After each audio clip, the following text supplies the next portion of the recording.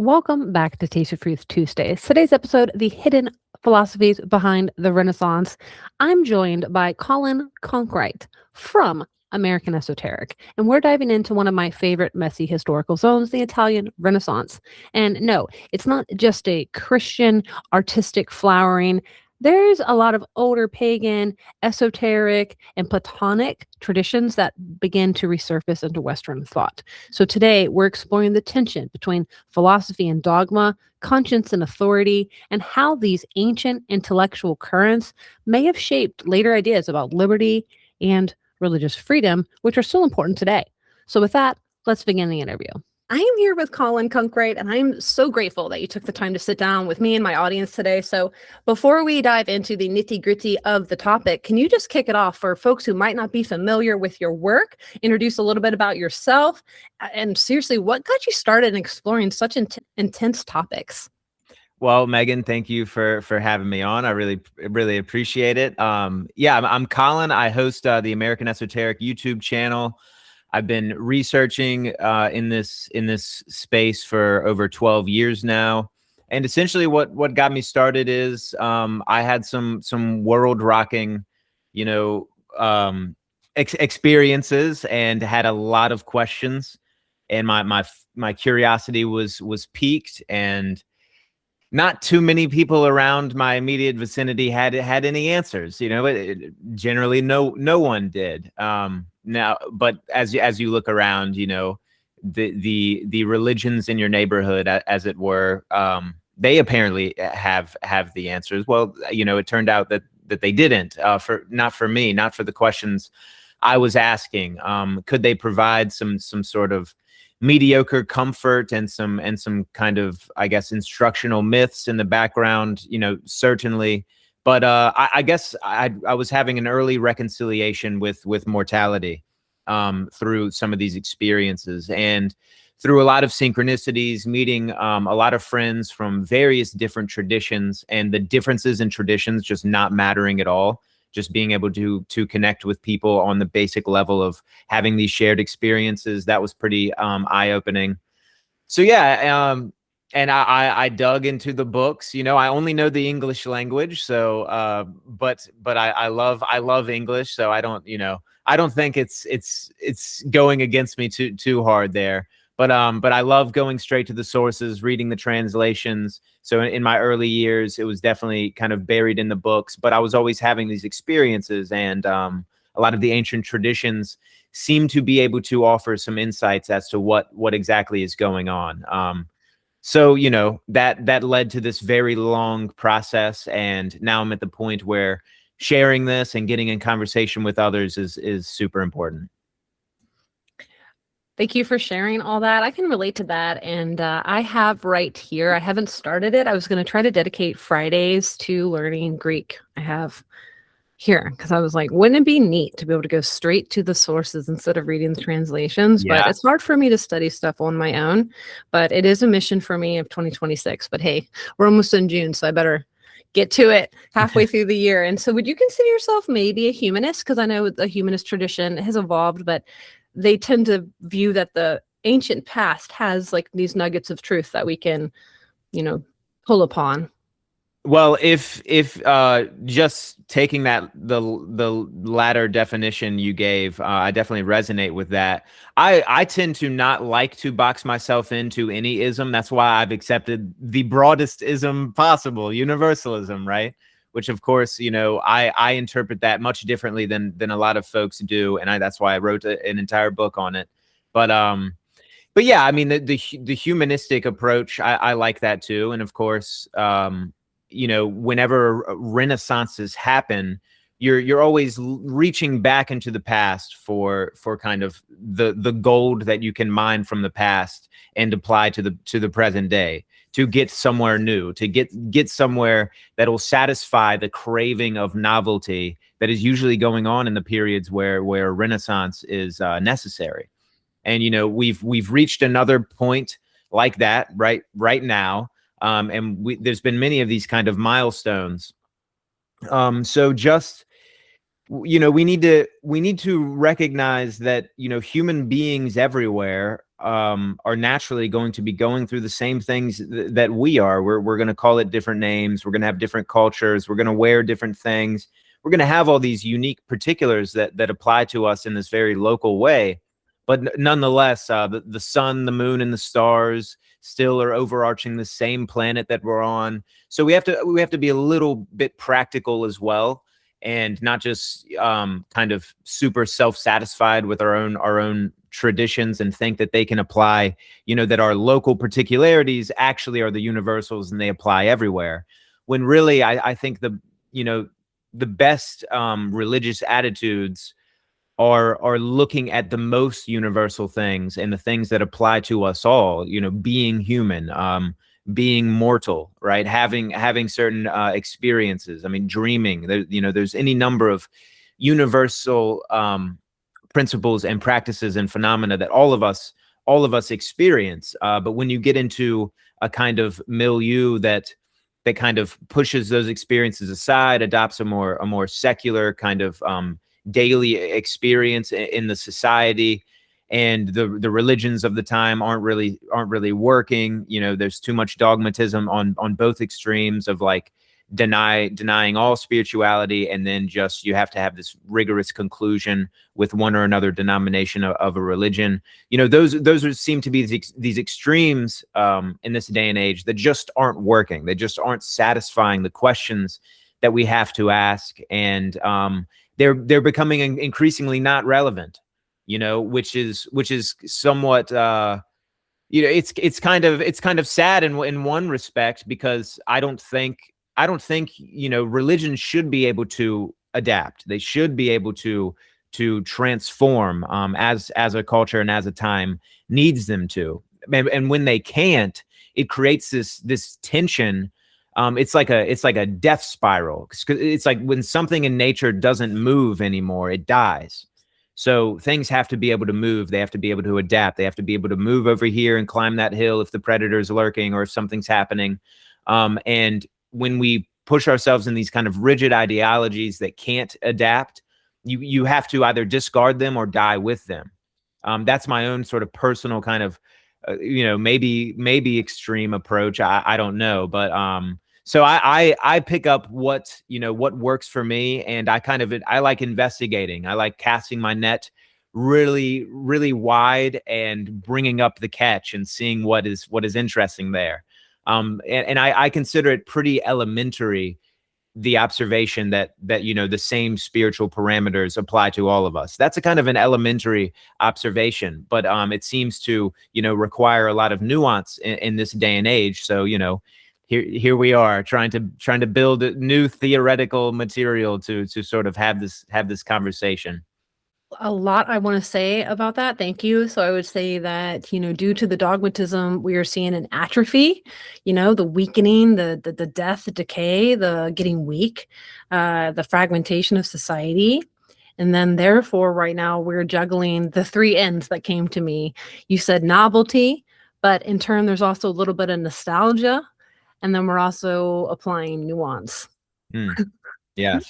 And so I think that's something that I can really appreciate about your work, is the way that you approach these topics, historically, philosophically. You really treat them with much more respect than like sometimes this conspiracy angle that there's so much of that content on YouTube. And so I really think people are hungry for these types of conversations about religion, history, Nemo history, these emotional charged stories. I love moral psychology as well. There's culture war fatigue, right? And that's something that you and I rise above and out of. And I really appreciate that so much about your work. And so are you ready to dive into the topics of today? Let's do it. Let's do it. Okay, so yeah, your YouTube videos are stellar. The secret pagan influence behind the Renaissance. And so let's talk about, like what I just kind of said, there's conspiracy theories. The word pagan in itself is a loaded word.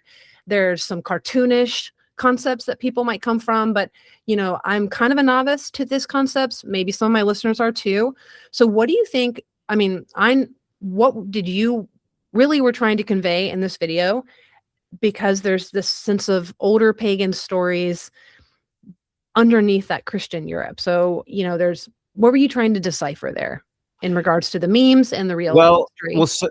Sometimes this is why biographical research is sometimes interesting, because you can hone in on a single individual that seems to be like an axis that a lot of sort of subjects and a lot of things are kind of rotating around. And in that case, Gemistos Plethon was sort of, you could call him a crypto pagan, but really he was a Hellenist that kind of wore the cloak of the Christianity of the times, right? In Constantinople and so on. And this was right at the end. He died just a few years before the actual end of the Byzantine Empire and the fall of Constantinople to the Ottomans. And so he sort of was seeing this fall happen. And at this point, the Eastern Empire was increasingly smaller and smaller. So this was kind of on the horizon, and there was no way around it. And it was his belief and a circle of his followers who were also secretive, because it was illegal to be a Hellenist at this time, right? And the Christian gentlemen who persecuted the pagans around this guy's circle, Scholarios, for instance, his spies uncovered one particular pagan juvenile, and his ears were cut off, and a bunch of other very graphic things happened before he was sort of thrown in the sea and killed. And it's not to say that all these murders were happening all around and it was just all totally horrific. They definitely, as far as we can get our hands on, were happening in these little events. I don't know personally how isolated they were or how widespread there was periods, there was ebbs and flows to all of this stuff.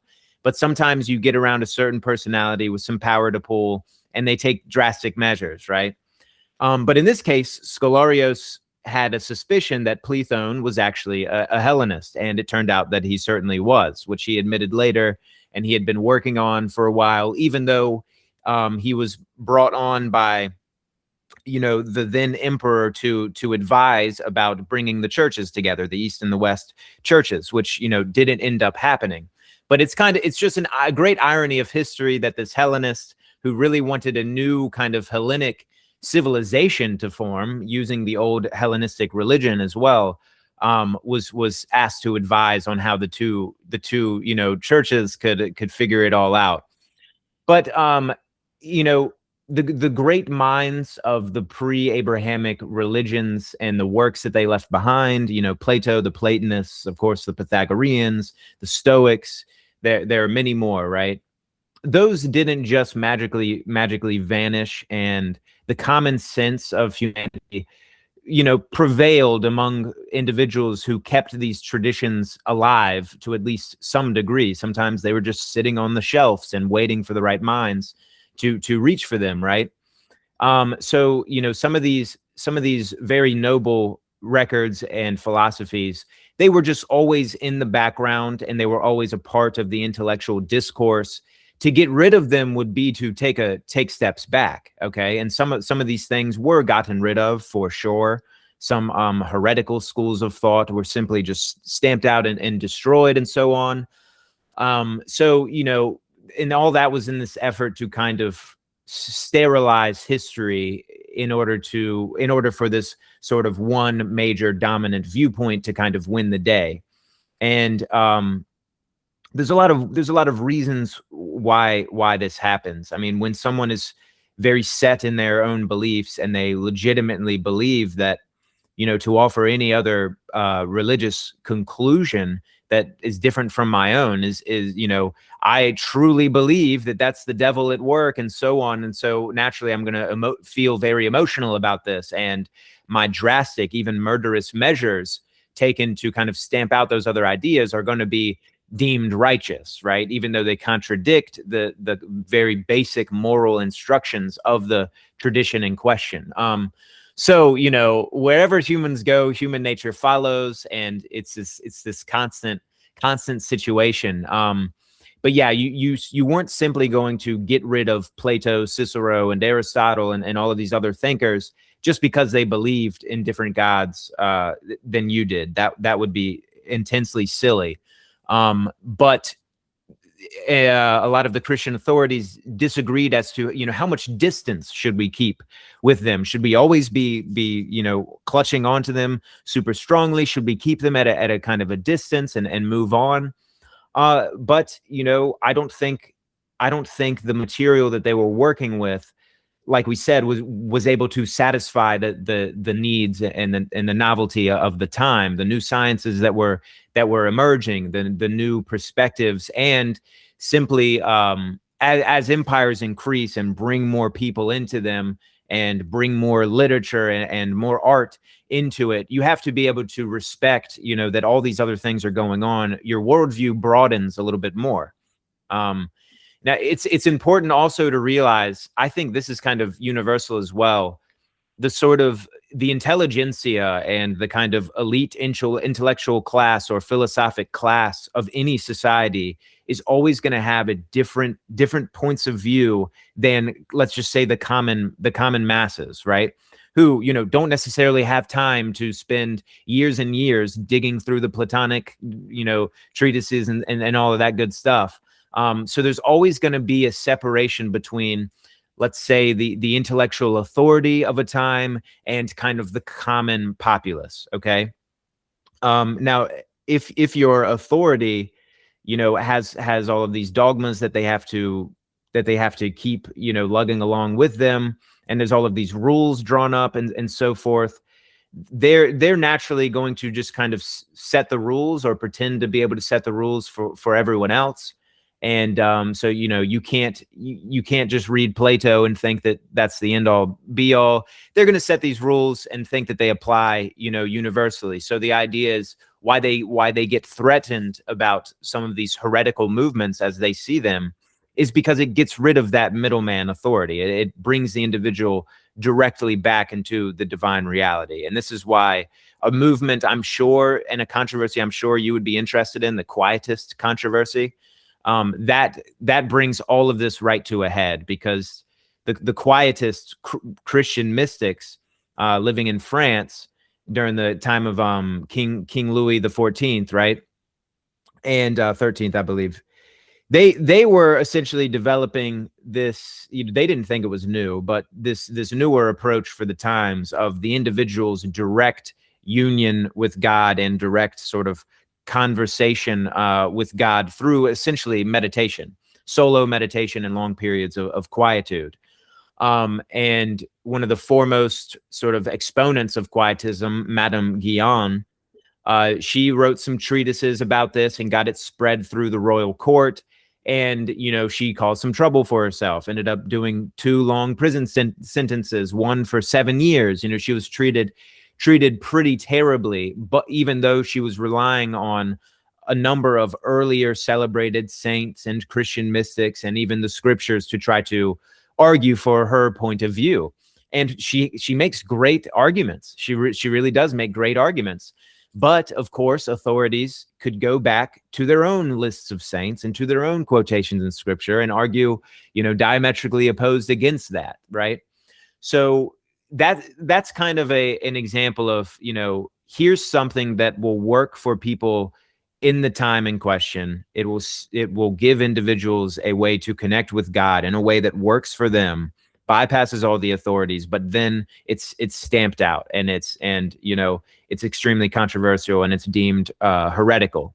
So in that regard, if that dynamic continues, which it did, it sort of emphasizes the fossilized nature of these traditions, which means they stay in the past. They don't really get up out of that cave and see the light any longer. And I think, whether or not it's always kind of these where we can call them pagan undercurrents behind kind of movements like this, I would even go so far as to say it's more just rigid, isolated ideologies are never going to satisfy certain individuals with influence and with serious intellectual animation about them that are naturally going to bring around circles of followers and so on. And so those people, they need to find what has worked in the past, what clearly worked for these more ancient empires, whether they be Greek, Roman, and so on, and let's see if they apply to the now. Let's see if they can actually result in us having experiences that satisfy us, or having kind of philosophical constructs that seem to make sense for us, right? And then you have to, in order to build something better, going forward. So with Plethon, he brought in a lot of what was good from the past as he saw it in the Hellenistic world, and that impacted Ficino and a lot of these major movers of the Italian Renaissance, who were also, of course, in their own unique ways, kind of universalizing a lot of these different, they were creating their golden chain narratives, which is naturally universalistic. It's conditionally universalistic. So it's on the conditions of, like, we like the Chaldean oracles, so we're going to accept them. We like some of these old Greek seers and visionaries, so we're going to kind of accept their teachings. We like Plato and the Neoplatonists, so we're going to bring them in, even though they kind of diverge from the Christian worldview or whatever. Ficino, Pico, a number of these influential figures of the Renaissance were still willing to do that, bring this greater learning in where it was needed. So I hope that satisfied at least some of your question there. Yeah, you just covered so much ground in such a eloquent way. So I really appreciate that. And there's a lot of things I want to touch on. So Ficino, I have a hard time pronouncing last names because I learned so much through reading. So I appreciate you helping me with that. I've read that he did for Plato what Thomas Aquinas did for Aristotle in regards to, like, bringing into work. And it was Charles Freeman who said that. And something else that you said about this permission to being able to pull on pagan text. There was like this, they call it the Address to the Youth by Basil of Caesarea. Is that how you say it? He was some theologian who basically gave permission to his nephews.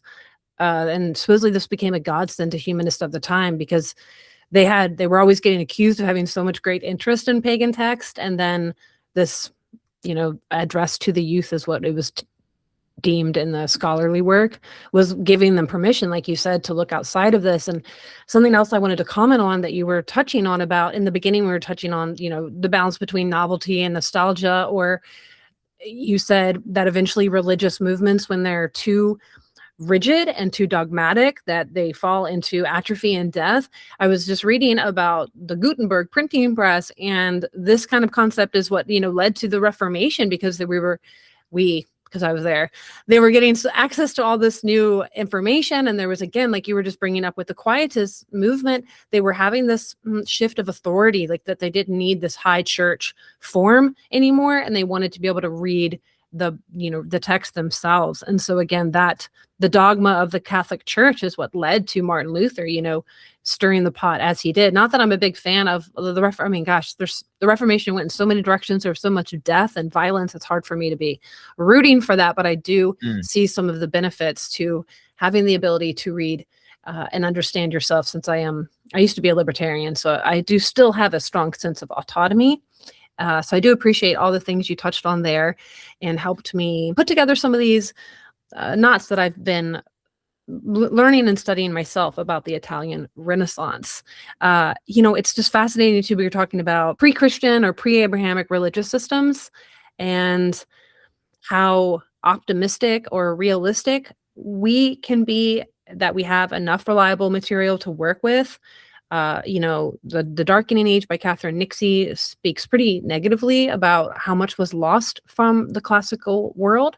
And so much of it came down through this like Christian transmission. That's what I said a lot in my Christian Inheritance of the West piece. There's so much that you said, we like this, check. We don't like this, Yeah. And especially with the Book of the Laws, I believe is what it is. So you want to kind of dive into that, like what are limitations? You sound pretty optimistic though, but I'm sure there's some elements of frustration you have to what was lost. Yes. Well, I'm optimistic because I don't rely on history to satisfy any of my questions at all. I don't, personally, I don't care. I don't care what they said in the Italian Renaissance, but I like to nerd out on it. I'm interested in it. Do I need someone in the past to have said something lofty for me to move forward with? Not at all. So I think there's room, but to address your question, I think there's room for optimism and pessimism for sure. We lost almost everything. I mean, we almost have nothing of what was written down. What do we have of the Phoenicians? We have one guy through all these different chains of secondhand sources, Philobiblius. The Phoenicians, according to some, wrote more than the Greeks, but the material that they wrote on didn't survive, and I'm sure it got destroyed and whatnot. The Hittites don't leave us much, but they were certainly a very active, active people with a lot of things to say on all these subjects. We don't have nearly as much as we would like from the Mesopotamians and all the civilizations that implies, even though there's troves and, there's thousands of tablets that are yet to be translated. Who's actually working on that? Who knows, right? There's so much that was lost, and yeah, we can't, you have to. This is why specialists are good for these kind of things, because they can go in and see where, for instance, one of the Hermetic treatises, oh, this was definitely an insertion from someone making a note on the margins of the text, and it's not actual text itself. So there's always an issue when you rely on these old texts to kind of reconstruct an actual modern religion, because it's hard to parse all these things, right? But we don't necessarily need to parse it all out. We can, like, if all of the religious texts that we have our hands on right now vaporized right now, all the Bibles, everything, it's, to me, we would still be able to directly connect with the divine and build some kind of new foundation or what have you in order to go forward and in order to have the same questions addressed. So, a lot of people would disagree with that, because, we like having all these traditions, and so do I. I love, so even though almost nothing of the real records that definitely were written down survive, even though that's the case, the amount of records that have survived is more than me or you could ever attempt to digest in a single lifetime. So it's still, even still, we have a lot. And I would say, even still, the records that we do have allow us to see, with this comparative approach, that, no matter where you were writing down these things, individuals were having experiences. They were experientially confronting the same parameters of reality that apply to all of us. And this is what I call spiritual realism. It's taking a more realistic approach to these things, and not just celebrating yourself for having this super correct opinion, apparently, right? That has not necessarily been tested in your own experience to be that correct opinion. So yeah, it's I've always thought of making like a long documentary about like the lost scripts, and it's just sort of a way to get together and just sob over what was lost, But I haven't done it because it's like, well, what's the bright light at the end of all that? But I think enough has survived. And like, for instance, I just because I have it in front of me, this gentleman's work, Daniel Bork, his 3 books show how no matter where you were, what time, what religious worldview, what language you spoke, etc., same experiential encounters with the divine reality are always going to happen. They happen in our dreams. They happen in these telepathic phenomena and these different psychic phenomena that show up. In this day and age, we're in a perfect place to try to deny them, but we're also in a place where, the mundane sciences they're going to simply prove these things, I believe, in a very mundane fashion. But we're going to get right back around to reality is fundamentally conscious and magical pretty soon, sooner than we know it. And I would say the data is already there. It's just, it takes a while for us to accept all that new information, because we're going through this small window of time of this Cartesian nightmare dark age.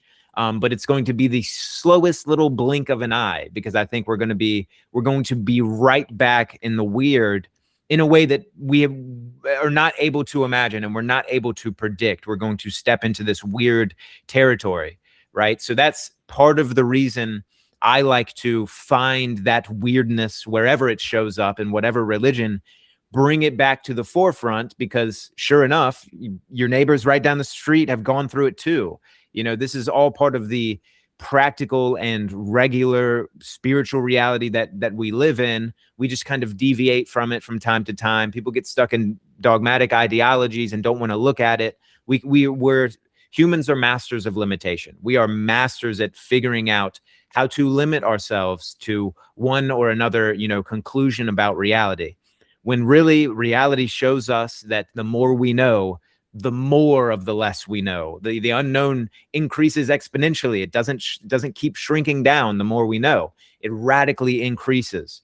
So if we bring back some of these more fundamentals that were always known by, no matter where you found human beings, if we're able to bring back those fundamental principles, practices, and phenomena, give them a second look, see how they're still manifesting today, and try to figure out what are the underlying mechanics, or I don't want to say mechanics. Don't pin me down on that too hard. But what are the underlying? What's the ontology here? If all of these fundamentals have always applied and they still do apply, well, it's that spirits exist, right? It's that your soul exists beyond the body. It's all, you can still come up with all of these fundamental things. As for what happens to the soul after it leaves the body, then the dogmatists can come in and start, creating rules and all of these other things. But we can address these fundamentals. And, I think that that's enough. It's enough to be able to say, well, there's great data for the existence of the soul outside of the body and the soul's immortality. As for all of the other things implied there, let's entertain it. Let's speculate. Let's have fun with it. Let's be open-minded, instead of cowering in fear at even looking into any of these things. So there's another rant for you. I mean, that's why I got you here, my friend. I appreciate all of that. Again, you touched on so many different topics that I want to say. I once heard that there's 3 categories of what you know, what you know, what you don't know, and what you don't know, you don't know. Yes. And so I think you just kind of, elaborated on that concept. And so, mystical access to truth, the golden chain, those were some of the elements that you've mentioned, some of the things you really went deep on in the video that will be linked in the show notes here. And so different, like, souls exist. I just had somebody comment that on Substack today. What proof do we have that the soul exists? And I was like, bro, so I've talked about atheism being just as dogmatic as the worldview that they're trying to critique, which is typically Christianity. And that materialist worldview, is that probably why you said mechanistic? Oh, wait, because that can be kind of materialist. I get you on that. I grabbed the book that's right here by me, Rupert Sheldrake. Do you know his work? Oh, yeah. Obsessed. Yeah, for sure. Yes. Science Set Free. Everybody read this book and tell me what you thought. I just seriously want a book club. I should start one. And so I agree with you on consciousness and all that stuff, and that we're in our own little renaissance right now. And so this brings me to a question that, I really wanted to make sure that we got to, because the daimon concept, because Neil from Gnostic Informant had a really good conversation with somebody that I forget his name, about just this different, basically Augustinian distinction, I've termed it, of how much he transformed the worldview, especially demonology, because the Platonic traditions, and again, I'm a newbie with this, but they understood spiritual beings differently, and this concept of daimons much differently. And you talked about it in the video. So I would love for you to kind of unpack that a bit, because a lot of people want to use still the word demonic when they're referring to, like Epstein files or satanic ritual abuse. You know what I'm saying? And I get why they use those words, but here it means something entirely different. So can you just break that down for us? Yeah, well, unfortunately, some of the earliest Christian apologists and so on, though there was a lot more diversity in the early stages than is recognized today, and some of these individuals in the colorful Christianities didn't believe all the same things about all this. They had room for a plethora of divine beings and spirits and so on. But the more dogmatic folks, things that they didn't agree with were essentially created by. I wish it was more complicated than this, but it's really not. It's really not there's no other nuance about it. I mean, even among the apostolic fathers and some of these earlier guys, it's just, if I don't disagree with it, it's Satan and demons and so on. And I think a lot of this stems back to some of the Jewish texts that were written, even though they maintain room for like wisdom or something, or these other divine beings that can fly around in their myths and whatnot. They criticize all of the cultures that they spent time in and fled from, were exiled to, et cetera, et cetera. Essentially in Exodus, it's Yahweh taking revenge on the Egyptian gods in very specific ways that applies to specific Egyptian deities. And of course, Babylon is always kind of looming over the shoulders of some of these early Jewish writings. It's with kind of the earliest Hebrew mythology, you're always going to find those traces of Mesopotamia and Babylon in there as well. So that being said, in Egypt and Babylon, you had spirits, a diverse range of spirits. You had different conceptions for sure, though. In the Mesopotamian worldview, different types of demons and so on were to be blamed for your most basic sicknesses and everything else. I'm sure some of these people interpret it somewhat allegorically, but there does seem to have been a kind of literalism, going on to a vast degree there. And I think Egypt had some differences in how they approached the spirits as well. But, the spirits existed. That was always in the background of all of these civilizations, that the invisible realm was occupied by a diverse array of a hierarchy of divine beings. And if you don't like the term hierarchy there, functional plurality is just as good. There was a functional plurality of beings. Now, when you are dealing with kind of a Galilean peasant or something, and they're going to have the worldview as such, and they're going to possibly need something simplified, okay, it's a lot easier and more convenient to bypass all of the complexity, bypass the stuff you don't even know about, and just say, look, that's demons, and these are angels, and this is this is correct and that is incorrect. There's always that is always going to be happening from these authorities, and if that's maintained by the people that hold up the authorities, it's good for the authority in question, because they don't have to change or create more complicated answers to the questions and so on. They can just keep on doing what they're doing and keep converting people. But even the early church, they always had troubles with like angel cults, and you would go to the old shrine, and now you would set it up as a shrine to one or another angel or something, or just put a Jesus or some other kind of statue in there, and now it's all of a sudden for the Virgin Mary, and it's not for the goddess, the local goddess. Some scholars think that this was done kind of consciously, and the folk in question sort of knew, wink, wink, we kind of know that these goddesses and that our old deities still are around. So we're going to kind of keep doing what we're doing. We're just going to put it in a Christian dress. Now, I think there's some good arguments for all of that, for sure. But yeah, there was no escaping the fact that there's other divine beings out there. There's other spiritual beings, and of course, Christianity, the Abrahamic religions, couldn't escape that either. You just had to develop a more simplistic approach to it, because they don't have the resources to make sense of this diversity of divine beings. And I think they didn't understand it as much as some of these older cultures, that they made room for a plethora of divine beings and all of the aspects of their reality. Where they may be sometimes, compared to how we would want to go about reality, a little schizophrenic about it all. I don't know. That's up to you, right? But for someone who's like a nonverbal autist, or honestly on the schizophrenic spectrum and whatnot, the experiences of other intelligent somethings occupying, sharing your space is very real for them. So you can't just simply say, well, because I don't believe it, it is suddenly not real for someone else. It's try not believing in the sun. It's still gonna be there, right? So it's all of this complicated conversation that once you're committed to an ideology that has already cast all of it out, you can discard it and you can just move on with life. You don't need to pay it a second look.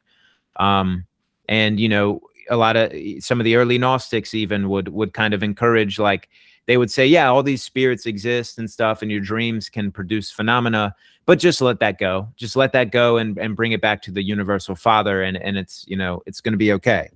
But for some individuals, that just doesn't work.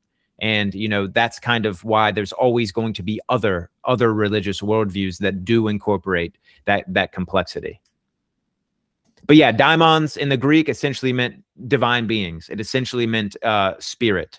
And, there were a lot of different Hellenic thinkers that helped us, in hindsight, helped us understand kind of the hierarchy that they put them in, right? Daimons, heroes, human souls at the very bottom, heroes, daimons, and then you could get into the angelic ranks or the gods and whatnot, the archons.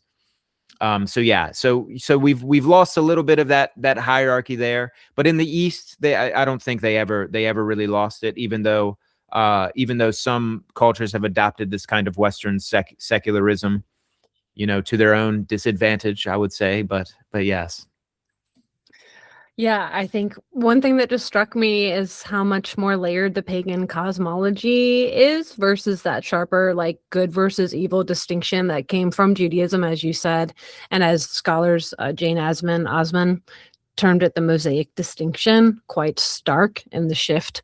And also you make this, or Brado shared in one of his articles, how the Jews of Second Temple Judaism were accused of atheism and materialism, and these concepts were different, coming from a different definition than what we might think in the modern secular terms, meaning that this Mosaic distinction was trying to put gods in a linear timeline, trying to control the time that they were in, and also put them in a covenant sort of tit for tat sort of exchange, and that was so foreign to the ancient religious systems and the people at the time. And that, to me, is, I think, what's so fascinating, is realizing that these daimons were potentially they represent metaphysical intelligence, these intermediate beings. They were, you said, and think in the video, they were like, yeah, you said closer to humans, so they might interact with us more in our dreams, and that they're not automatically evil. And so that is just like such a huge shift. And like you said, when people are in these, that's why I question sometimes what I do, like dislodging Abrahamic supremacy. It's not that I'm trying to like shake someone by the shoulders and wake them up. That's fruitless, and I get that. But there are people who are curious. Like, I was once a Christian and now I'm not, and so I got here due to people putting information out that were questioning these things. Does that make sense? So I do think that there's a particular audience for these things. And like you said, even in the beginning, there's not always folks in your immediate circle that are interested in these ideas. And, that's why I'm grateful for Substack, because I find authors and writers like yourself. We've been chatting for quite a while. Is there anything you want to add on that before I have one question really that was like, how much do you think about this has to do with power and authority and who got to define truth, besides it just being like, humans being humans? Or is that humans being humans? Like, you know what I mean? Yeah. It's going to be very difficult to try to escape those dynamics. I think now we can kind of recognize when you're just playing a power game a little bit more these days, because usually, you're on a screen talking, people can kind of see what you're doing. We've seen it all before. We can't be fooled 30 million times. We can be fooled, apparently a lot more than we would like to hope, though. But yeah, it's a lot more apparent if there's all these other agendas afoot, I think, these days. But, that's not to say that people can't get still lost in all of that too. It's like, you have to be betrayed and played a couple times before you can notice that betrayer on his way in to play the game again. And then you say, no, we don't have room for that, for that anymore. But some of the most spiritually insecure individuals I've ever met are the people who are going to put themselves in some religious authority to then be able to proclaim, oh, you believe in that, you're going to hell, etc. And, I wish it wasn't like, sometimes I was like, is that really going on to the degree that, but it is still going on. And so it's such a banal and boring perspective to adopt, but there are people who will insult you like that still to this day and age. And so I think it's a religious literacy problem. It's a very early educational problem. Like, my future kids in my household are going to be religiously literate to some degree. It's not, there's not going to be any dogmas forced on you, but there will be religious literacy so that none of these cute little games can be played. And I think, there's no getting around the fact that Christianity was attached to this imperial, authority that then allowed it to survive in the way that it does. There's just no getting around that. Attached itself to the same authority that, I just can't see Jesus signing off on. I just don't see those two worlds ever meeting like that. And so I do worry about too much of the anti-Abrahamic kind of stuff, because you can lose sight of maybe some of the virtues that can be found there. And I think that there's normal people that there's normal people that they just kind of took it all for granted, that this was the Christianity of their neighborhood was going to be their worldview. And, so don't get me wrong, I see value in it. I just worry that that it can pretend also that the Abrahamic thing is the only game in town as well, when it's definitely not, when there's a lot more to kind of to notice here. So I don't know. I hope that addresses your question. Yes, it does. And I have so many things I want to touch on. Please. But what I will push back on something first. Second. But I did want to say that, I really appreciate you're like, my kids are going to be religiously literate. I can commend. And then I think that there's this concept called this anti-intellectual aspect of evangelicalism that I think you were maybe touching on, that can really be a hinder. And that's really what, some of my recent episodes have been about, like, that how we found each other. I was pushing back on the myth that we're a Christian nation, the myth that if we're going to rebuild the West or save the West, that we have to do that through the Christian moral lens. And I think you and I can align. And that's kind of where I wanted to end the interview with, because you did this being that, are you born and raised in Virginia, or you just yes. That's what I thought. So we're both born and raised in Virginia. We live in Virginia. And so I'm, I can't help it. It's in my blood, to be patriotic and to be grateful for, what we have here. And also to know that religious freedom is a big, important ideal and what that actually means. And so you did a great video with that, and that I'll link in the show notes. And so I think that all these concepts weave together is what I'm trying to say, is that like these older pagan, Platonic, esoteric traditions are continuing to resurface because of the limits and the shackles that Christianity and the Mosaic distinction has done. So before we move on, because I have to push back. So I am working on a piece that I'm going to personally DM you, because I know you'll probably see it, but like you cannot miss this one. And so it is something that is pulling on a lot of different authors. Obviously, I rarely come up with my own ideas, but this concept that Jesus was a gentle sage or an ascended master, or that there's a difference of morality between the Old Testament and New Testament, is something that gets me so fired up, like my palms are sweaty. And it's not that I'm like angry at you, but I despise that idea, just because there is no morality difference. Like everything that Jesus said is actually, well, he's a midrastic literary invention. So I believe that he's fake. I believe that he's made up. There might have been someone, but that's a whole other tangent. What I'm trying to say here is that there's no concise version of Jesus. There's 4 different versions you get of him from the gospel. So you definitely can get like a peaceful socialist Jesus from Matthew, but then you get this MAGA Republican, I hate the Jews Jesus from John. And so you can get like a loving Jesus kumbaya. I won't discount that. And obviously, because there has been there's so many saints, and there's so many there are really good thinkers, and I can't discount the Christian inheritance of my ancestors and of the West, okay? But I have this huge beef thinking that he was a good person. But I think that Christianity is irredeemable. I think Jesus is irredeemable. And I think that everything good that came in Christianity they stole it from other things. I don't think it's a product of any of it. But I'm looking at my article. It's way too long to try to dive into it, but I will unpack this more.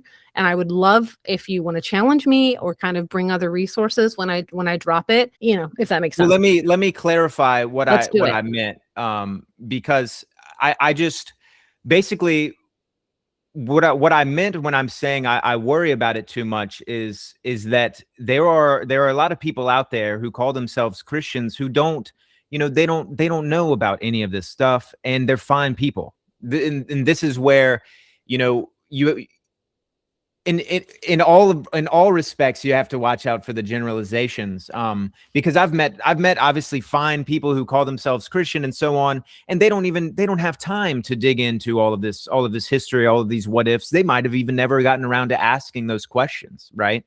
And so I'm just, the idea is that, if we despise a tradition for exact historical reasons and for the messiness of this moral thing that it seems to be claiming while it's doing this other thing, that's well and good. I just don't think that lumping in all of the people in with all of that messiness is good. And I mean, I think you would agree. We've all met decent people who assign themselves to any. I've met plenty of great atheists around, totally good people.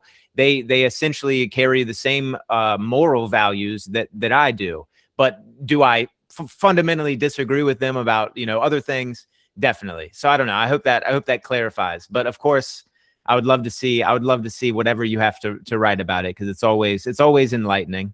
I personally do think that Jesus existed. This is just my personal opinion here, because I just think that there was but why?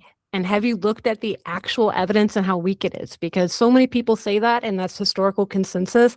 But if we actually care about evidence and how weak it is, I know, it's just that if I apply that lack of evidence to a lot of other historical figures who I believe existed, they wouldn't exist either. Well, so they probably didn't. And so I don't know. For me, truth is more important than my feelings or my comfort level. Oh, certainly. So, but that's not to say that if Jesus didn't exist and I figured that was the truth, like I said, does that matter? It doesn't matter. It doesn't necessarily matter. No, I don't require Plato to exist to get something from the Platonic dialogues, right?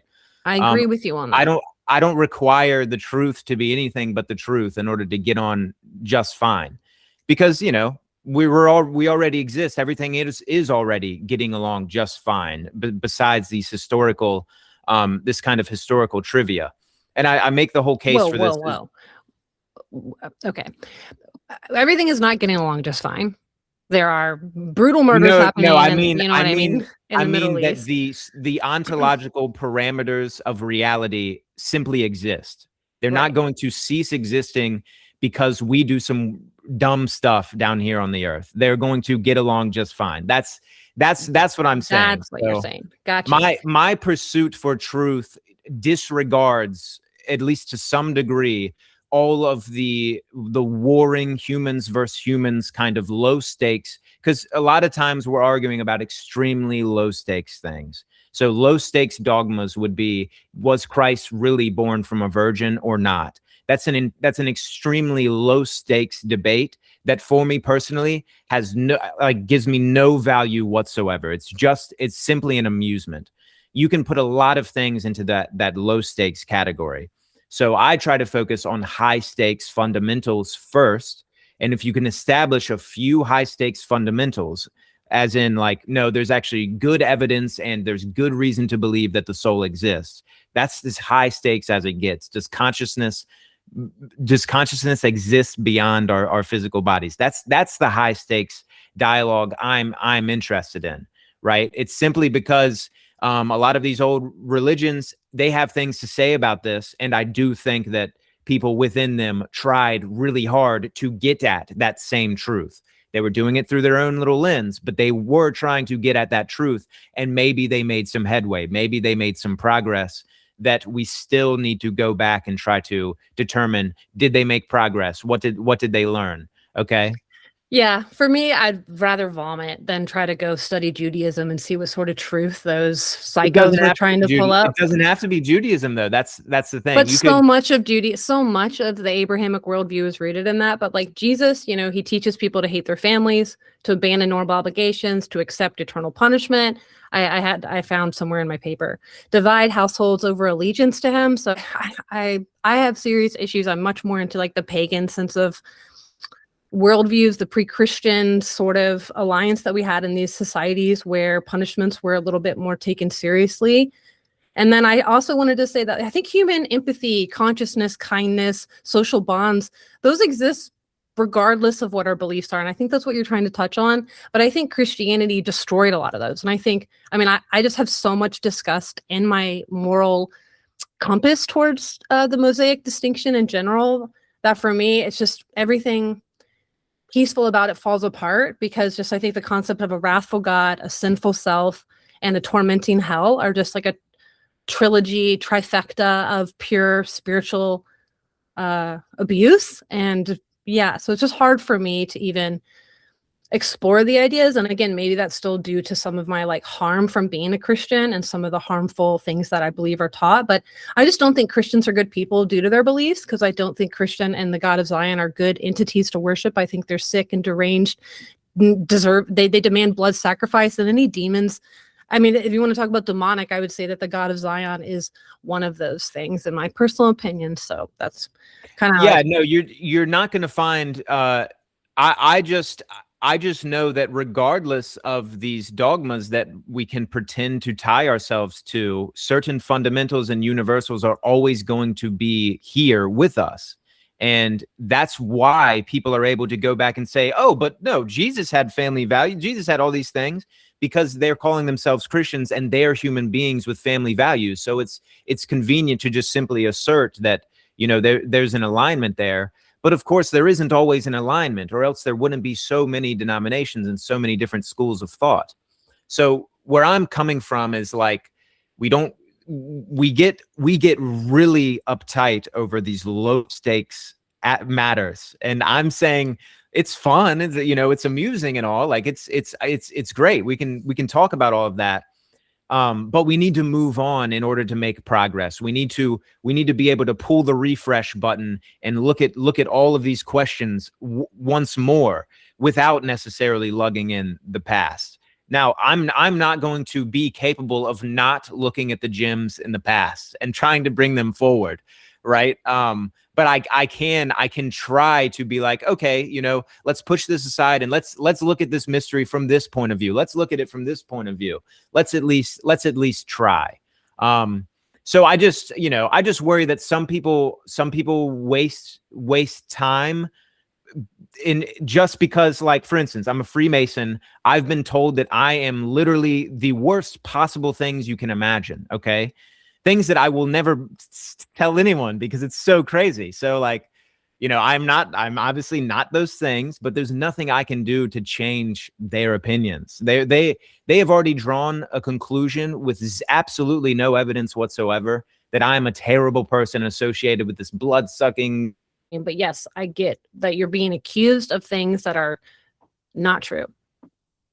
Yes. So it's like the work that you shared, you shared a little bit of your story with me before we talked. And I know that there are going to be thousands of people in a similar situation with you where your message, if they were able to see it, would be very timely and very useful. So don't pretend that anything I'm saying is deflating value from that at all. These are all extremely, extremely useful. So, I just think that, we need to be able to shed some of these dogmas in order to move on. And it's clear which dogmas and which people holding dogmas are not able to be shed, people are not able to be open-minded enough. So I have more respect for what you might call a complex Christian than a very dogmatic Christian. I have way more respect for someone who's able to say, I'm a Christian, but I'm open-minded to that. I'm willing to learn about that. I'm willing to do that. Right? Because you're always going to have those people, and like, I will have compassion for them and treat them with respect and everything else, despite all of the messiness of the history there, right? Or else I would be living, totally alone and have no one to talk to. I don't know. So it's mean, I hear you on all of that, and you're right about all that. But the problem is the folks who are in power are never those folks. And I don't know how often you meet a complex Christian that's willing to tolerate, but they're few and far between. And so the outliers do not make up for the majority. And that's where I have so much disgust towards the Abrahamic religions, because of their intolerance. They kill and they destroy and they ruin. And they're like, I just, for me, but I hear what you're saying, but they're just such outliers and they don't count to me. And they're also not the ones that are in charge right now, destroying and doing wars in the name of Armageddon, or the people that are in charge of Israel, or the people that are in charge of lots of other countries, never the ones that are moderates. And, I just really appreciate you kind of elaborating, because I always need that, and also appreciating my perspectives too, because I honestly think that Christianity gets too much grace. It's gotten too much slack, and I'm done with that. I hope in this new Renaissance it gets put in its place, because that's what needs to happen. All Abrahamic religions. But what is fascinating about Christianity, if we think about in the 1400s, in this Italian Renaissance, just to tie it all back together, because I could probably talk to you forever, and this was so organic and free flowing that I barely stuck to our questions, which I think is one of the best types of conversations about this religious freedom, because that's kind of my major issue on why I just got so passionate, is that there's no religious freedom that was coming from the Christian or the Mosaic distinction, this worldview. And Jefferson really worked hard for that. You put together that awesome video. And so I would love to, I'm much more of a pluralistic kind of person. And so how do we see this relationship between the Renaissance and the shifts there, with this push in the 1780s for this religious freedom in Virginia, and kind of to tie it all down, obviously comment back on what I said, but I just appreciate so much of what you do, because I'm not going to do and go where you're going. And if that makes sense. And that's why I had you on my podcast, because I wanted to talk about these exact subjects. I didn't know you were going to talk about Jesus being all blah, blah, blah, because that gets me going. So I apologize. I don't know what Jesus was. I have no idea what was really going on there. I treat this, I treat it with sort of me neither. It's a mystery. It's a mystery. It is. But think about, to segue into your question here, think about your exact frustrations here, but they're in the times of sort of the Enlightenment is on the forefront and everything else. And there's certain folks across Europe, right, who are also like, what is really going on? I think I might be able to shed this and move on into and there's a lot of other comments I can add to that, but essentially there's a lot of Enlightenment intellectuals, and I like to track them down very specifically and sort of biographically and whatnot, because it gives me like, okay, here's a concrete example of what people are talking about, not this broad generalization. But yes, there were a lot of intellectuals who they were like, do I still want to be a Christian and tie myself to all these dogmas, or do I want to adopt like a very allegorical approach and also bring in all of the other so-called pagan religions and look at what they were doing? And there were a couple this is where deism kind of forms out of this kind of tension point, you could say. But as relates to the American history, a lot of people get away with this. It's usually political pundits. America was founded as a Christian nation, and just as a generalized statement, it's obviously untrue, because this is the very simple reading homework that anyone trying to figure all this out can do. You read Thomas Jefferson's The Virginia Statute for Religious Freedom, Madison's Memorial and Remonstrance, and then you could throw in, Jefferson's Query 17, Notes on the State of Virginia, and some of his other essays there, and then all of the letters that some of the founders were writing about religion. So, because they were coming off of this kind of skepticism, a new approach to science was forming, but you're maintaining a very broad, still spiritual opinion and perspective about reality. There wasn't too much esotericism going on or occultism going on in this particular discussion, this particular area of history, right? And I'm actually glad that it took place exactly how it did, that you had a Thomas Jefferson who thought all of the Neoplatonists were nonsense and everything else. The Jews had wretched morals. He was saying it's all nonsense. We need to kind of start fresh with this very basic approach to spiritual reality. And he left a kind of tiny little window for the supernatural in there, what have you. So, I don't think Jefferson's going to teach me anything about the spiritual universe, but was he a genius when it comes to the politics at the time and new policies around religious freedom? He absolutely was. And I don't care if he had a slave about this. I'm looking at this particular thing that actually has an effect in my reality in Virginia right now. All right. I'm not apologizing for any of these other things.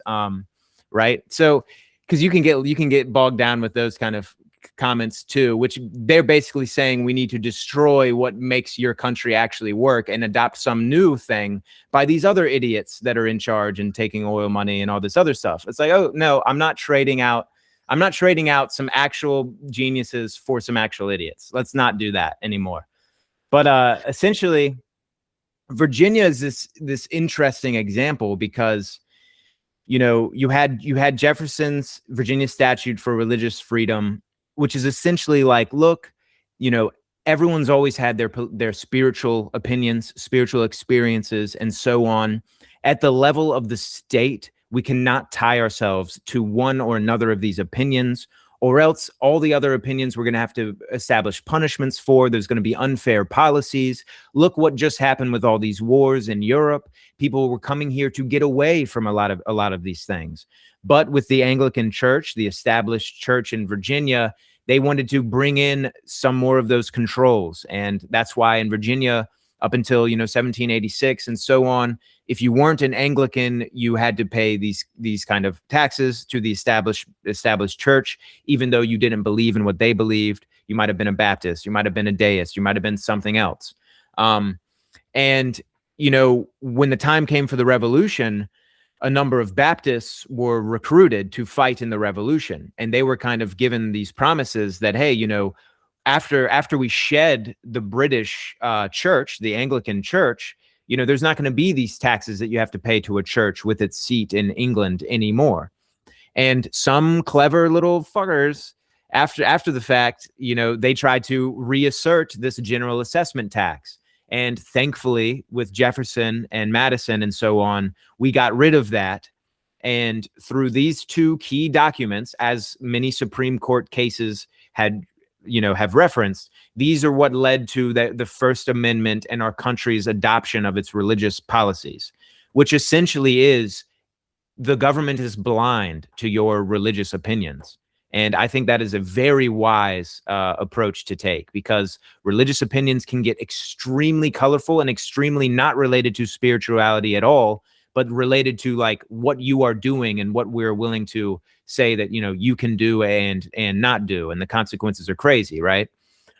So this monumental shift and this monumental place in American history, it gets overlooked. And the Christians who are saying it's all a Christian nation and stuff like that, they don't read any of this stuff, or they read it and they put a spin on it. So that's why you have all of the guys writing about the early history of religion in America are usually Christian fundamentalists or something like that.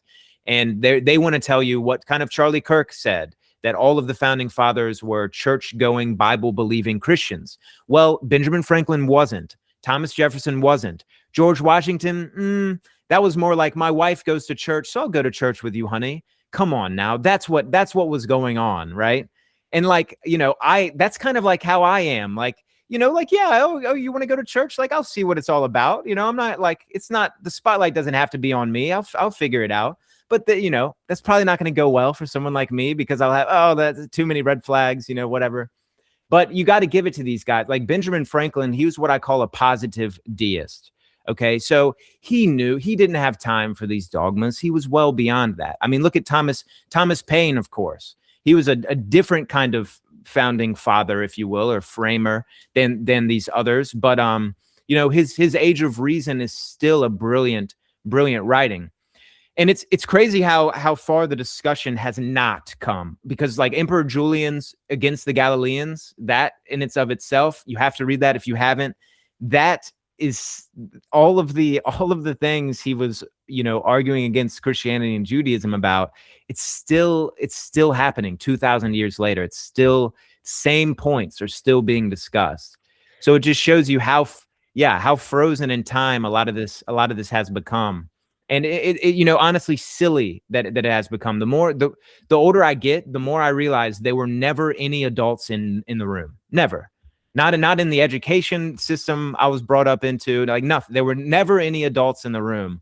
And like that was kind of a brutal and slow realization, because then you get like, yeah, there weren't, because look, we're still able to indiscriminately bomb, highly populated urban places, and just like, the propaganda still gets drunk up. Like it's all, all these things.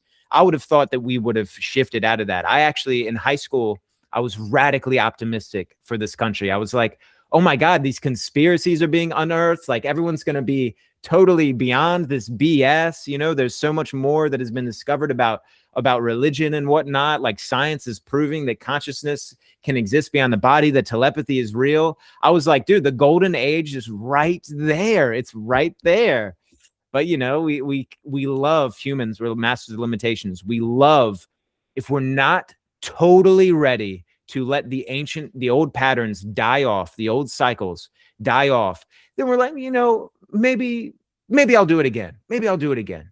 And we're just, maybe I'll pick up the bottle again, even though I've been an alcoholic for 50 years, abusive and stuff. I'm just going to pick it up right again and keep going back to the same BS. I mean, that's what humans do. It's happening in this country and whatnot. And so if you can dress all of that up and,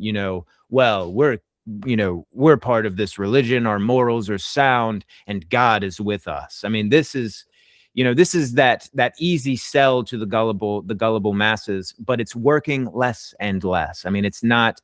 I do think that all this stuff has an expiration date, and call me cynical or whatever. Maybe it's the death of the boomers that's going to really cause it to expire. I don't know. But all of these things, they do have an expiration date, and that's why we have to bring the conversation as ahead as we can. We have to start talking about things as if very soon consciousness, even in the scientific discussion and everything else, we can't let academics and scientists have some monopoly over consciousness once they figure out that, oh my God, it actually is fundamental. We have to realize, yeah, this is what, in one or another way, this is what a lot of people were talking about way as far back as you can go, so it's, this is all to say, Megan, that it's going to be a very exciting and tumultuous time ahead of us. Yeah, I mean, I feel like with what you just said, you just validated why I feel the way I do against the Mosaic distinction, why I do the work that I do, the fact that it's been 2,000 years, and what Emperor Julian was saying, or what Thomas Paine and Thomas Jefferson were saying, that we're still fighting this. That is where that disgust comes from. And then I grieve just the prison, the shackles of the worldview that we're still, you and I are still forced to exist in. And it's painful for me to witness, the propaganda of how guzzled us down. Anyways, from an outsider's perspective, it can be very confusing. And so, your distinction between religion and spirituality was also, but I guess a needed little point needed, because all the beef that I have is with this religious dogma, and there's a lot of spirituality that is goodness there, and the Christian mystics definitely, or even some of the Orthodox beliefs with their concept of unknowing and their negative theology is, much more profound, I believe, than the Western sort of theology. Really appreciate all of what you said, and that you still, like, your smile, your optimism, your enthusiastic approach to life comes through even in the voice that you use for your videos, which is like radio voice, but I could still pick up on all of that when I was preparing for the interview, and that I really appreciate that you brought that the entire conversation and even met me with optimism, even amongst some of my pessimism, and you still validated my feelings. Well, it's I think nature has a way of allowing like the truth prevails regardless of a window of time. The truth doesn't care about when we need something to happen or whatever. Now, at an individual level, you can always escape, the rule book and go and find a truth that works for you. And that's what I think, like, the idea that there's more people interested in mysticism, I really do think it's because we're in a time where there's this religious rootlessness going on. A lot of young folks don't have time for dogmas and all of that. I think we're beyond that. Okay. But I think people that do have time for that have, like, just my observation. I think if you've been through a lot of trauma and whatnot, and then there seems to be this kind of, oh my God, I should just go back to this sort of religious organization, and that's going to help me. I see a lot of people being steered in that direction and then developing more extreme opinions because they're like, well, no, they are just where I used to be in that bad spot in my life, but we can push that aside for now. But I think basically people are having experiences, and this is where I like, this is the kind of area I like to work in. People are having experiences far outside of a religious context, profound experiences, out-of-body experiences, so on, even synchronicities and regular everyday magical things happening. And the platforms that are closest to us still don't have the answers. But if you broaden your purview a little bit more, you realize, well, these things were always going on, and they were recognized in all religions as different manifestations of the divine. So it's sort of, that's a lot of comfort to be able to provide people. Like, look, you're not alone. This has been happening. This has been happening forever. And maybe read this and that and this, and you'll get a more nuanced understanding of it. You'll be able to understand how to navigate some of these things. So the more we're able to talk openly about this and be realistic about it, because it is happening. The people are going through these experiences. The more we're able to develop better language around this stuff, we're going to help people where they're at and not where we want them to be. We're going to meet people where they're at on their journeys. And I don't care if it sounds cliche, I don't, it's like people think like, it's just like the attitude, this sort of war against love and light. I know I'm segueing here, but for some reason I need to say this. There's this unfair war against the love and the light. And it's basically like, dude, get out of here with that. Like, we could use oceans more love and light. I know it sounds cliche and it doesn't sound enough tough, bro, for everyone. Right now we all want to be these like tough Euro pagans out here, like drinking wolf's blood. It's like, bitch, like you're not out here doing any of that. Like, you're not this huge tough guy. Like, no, we could actually use a strong dose of, there's an esoteric argument for love and light. But you can tell I will get into that. I will get into that later. But yeah, we're at this fascinating point in history right now, and I think it requires us to leave more in the past and to bring up what we're actually experiencing right here and right now, because it's kind of mind blowing. I mean, if we're just stuck in the past, if I'm looking for records of out-of-body experiences, like I will find some, but I won't find thousands, right? But if you look in the last decade, just in Virginia, you might find thousands. Okay, so what do they not have anything to add to the mystery? No, they have just as much to add to the mystery as Thespesius or Timarchus or any of these Greeks that had their experience. They have just as much to add to these questions. And that's kind of where a more pure universalism comes in. It allows us to look at everything, which is a more scientifically kind of viable way of investigation. We can look at everything. We can look at all the data that can be put on the table to investigate this mystery, which, let's not forget, a lot of these things are still a mystery, which is beautiful. We shouldn't discard that. Like, that's what makes this exciting. Not some rigid conclusion that can never grow and adapt or move at all. That's not exciting. but it's exciting to embrace the mystery and realize, wow, like we might actually be living in a magical spiritual reality. Like that's a good thing to be able to offer people who are kind of just beginning to ask these questions or stepping out of their dogmas, stepping out of their bad behaviors, you know? So it's just, Americans need this, and they need more religious literacy, right, at an earlier age, I think, so that they can navigate these things. When everyone tries to throw the rule book at them, you're able to navigate that a little bit more. You're like, y'all been doing that for thousands of years, hasn't worked out yet. Let's try something new. You know, like I said, a lot of this stuff is elementary, I think, but we can get trapped in very heated, low stakes, what I think are low stakes, arguments. They're needed. There's value there, etc. But let's make sure we also spend that time on high stakes as well. Yeah, very well said. And I guess for me, and why I even started to write about the Christian inheritance, the myth of the Christianity saving the West, is that these conversations still need to be had.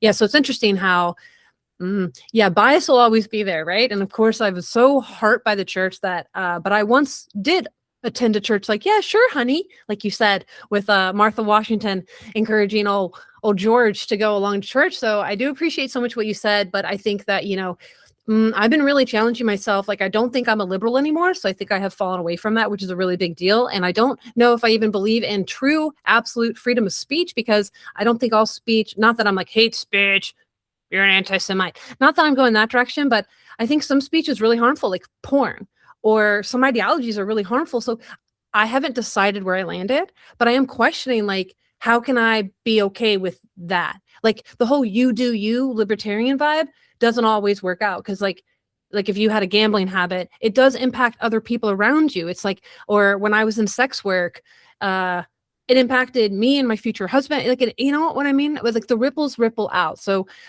I'm just really, that's why I love being on Substack and reading difference of opinions. Like I said, I read from anarchist to national socialist. So all over the board to try to see how people are grappling with these very same first principle humanitarian like questions that we all have. And so I do appreciate your kindness, your tenderness. But that's why I wanted to bring you on my podcast, because you're approaching things a little differently. And I love that. I need your videos, and I think my audience would really appreciate it. And just a fellow Virginian. So is there anything you want to add as we're closing on the conversation? Well, no, I've appreciated the discussion and the passion as well. It's good to push back. It's good to have arguments over things. You know, this is how it all gets. Yeah, you're definitely not alone in that broad, realization there. I mean, if all of our ideologies were as good as they're sold to be, we wouldn't be getting ourselves in these terrible situations, where clearly, none of these things are working, where, these religious morals that everyone's championing, we can just say, well, today they don't apply at all. And now we're okay with, bombing kids and everything else. So we can do whatever we want to do. And humans have been doing that for a while. And scientists and academics, they can turn anything into what they want to turn it into. It's just like, so we're, like I said before, we're masters of limitation. And, that is why we're pretending that we don't live in an abundant world. And that's why we're manifesting, the ideology of lack. I mean, we really do have an abundance. I'm out here in Virginia. All I see is fertile fields everywhere. We could be farming and gardening and coming together as communities, putting out solar panels, making communes and everything else.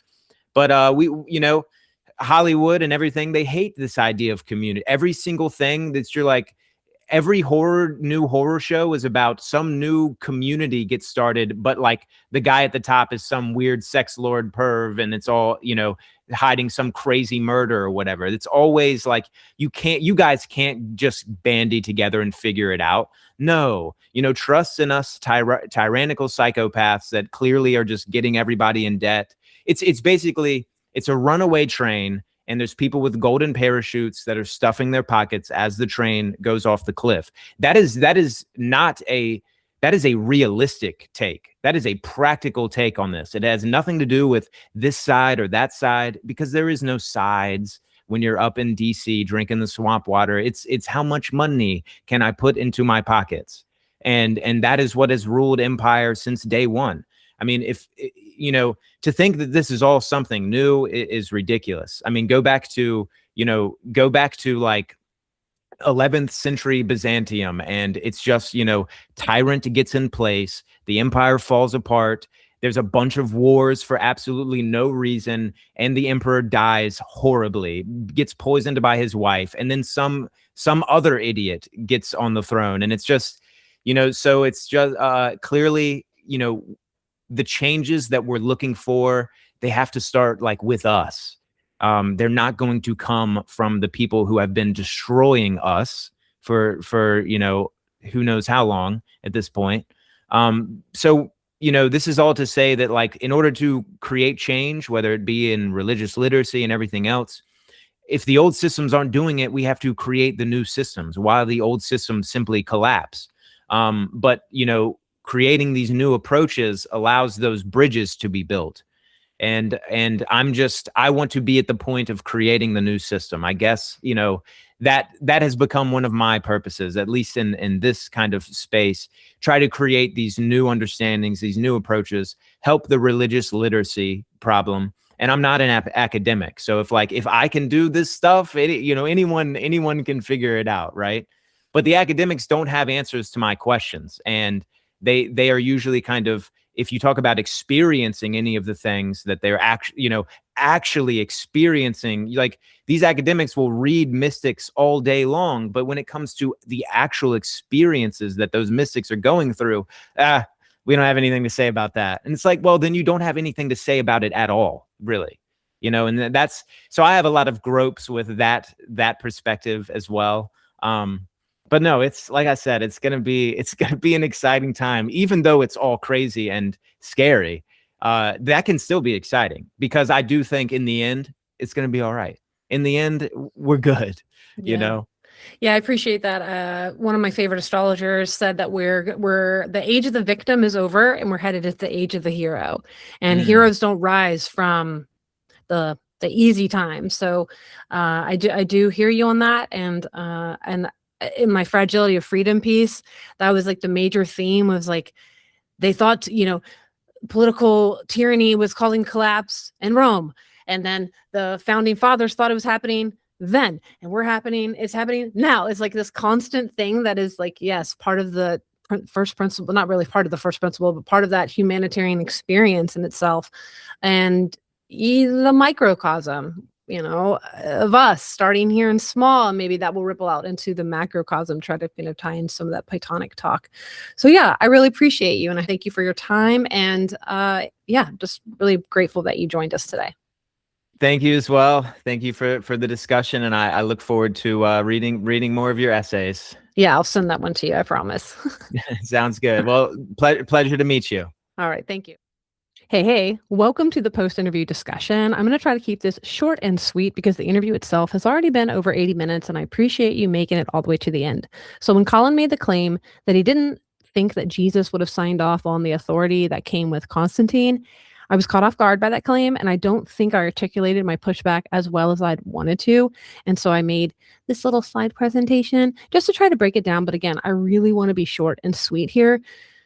But my immediate question to that claim is, why not? Like, why do you think that Jesus wouldn't have supported those later structures of authority? So here I have just several of the biblical scriptures that tie in how strong Jesus' claimed authority was. So of course, in the Gospel of Matthew, we have, all authority in heaven and on earth has been given to me. No one comes to the Father except through me. And John, I have not come to bring peace, but a sword, in Matthew. And so in the interview, I made a claim about how there's contradictive presentations of Jesus, depending on what gospel you read. And that still is true. Like, they don't all have the Sermon on the Mount.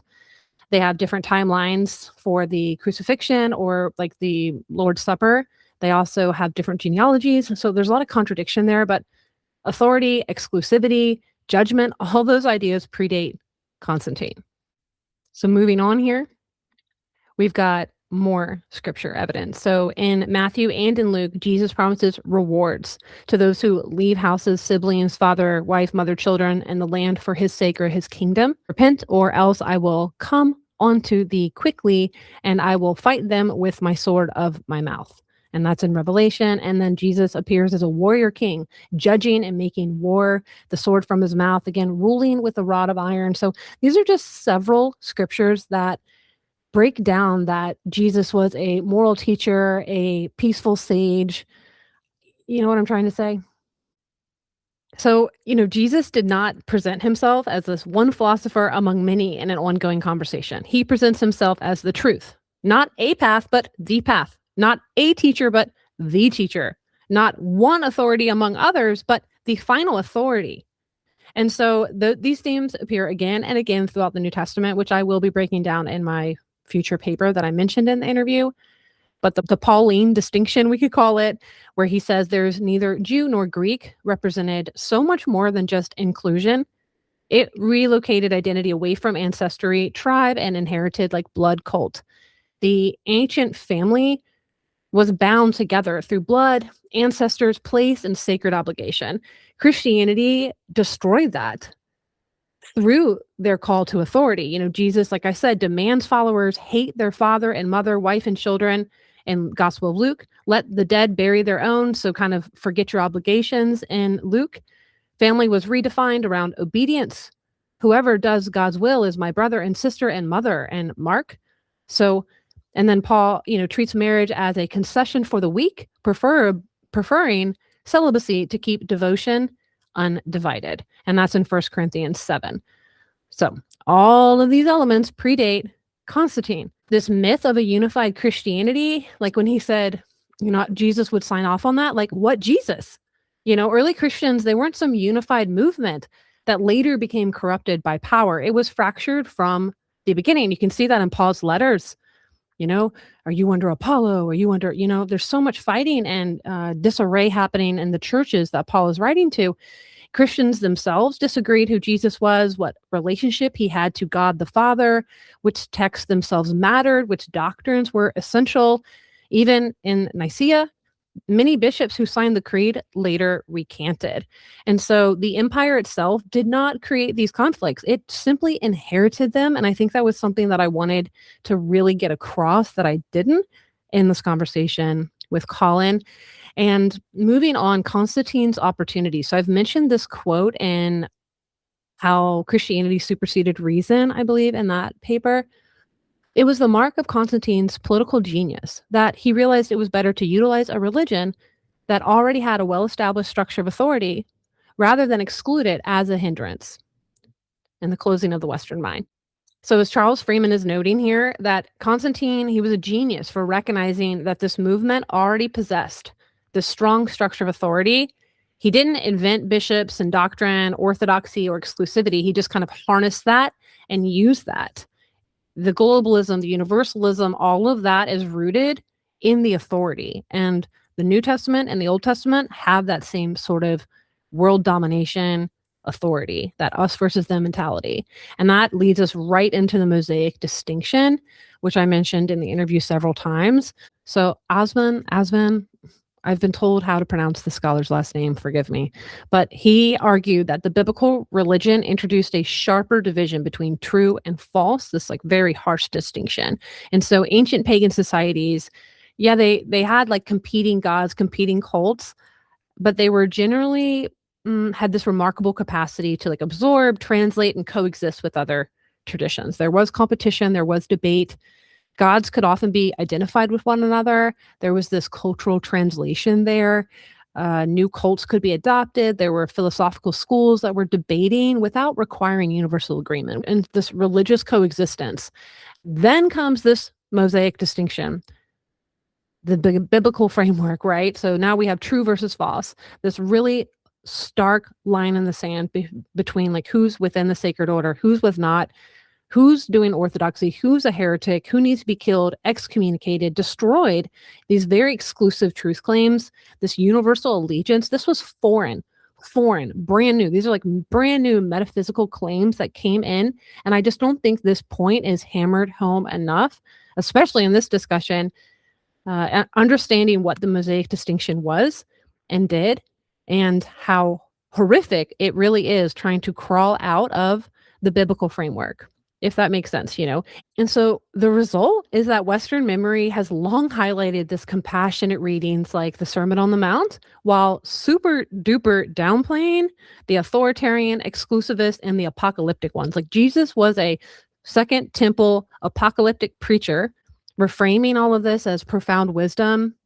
It just feels so offensive when I come from this like older pagan tradition that's much more pluralistic and outlook. Imperial Christianity was less of a betrayal than simply a logical extension of the theology. The empire did not invent these tools. They inherited them and they used them to a lasting effect.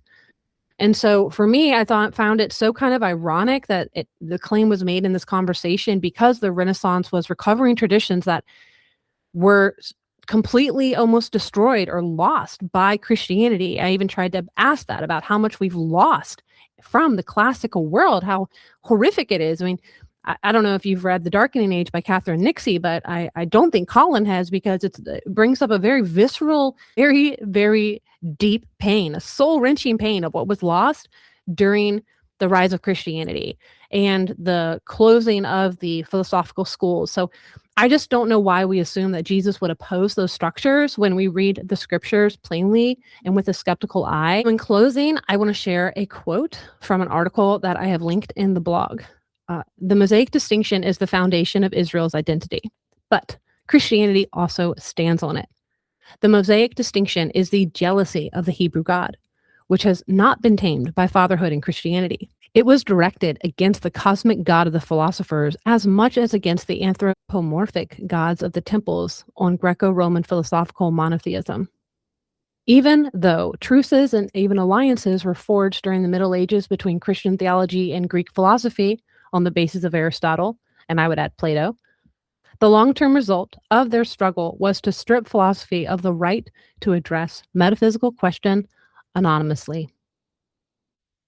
I hope that was clear. I hope I got across my point. I really hope that you can dive more into the concepts behind the Mosaic distinction. I'd love to hear your thoughts on the overall interview. And again, until next time, maintain your curiosity, embrace skepticism, and keep tuning in.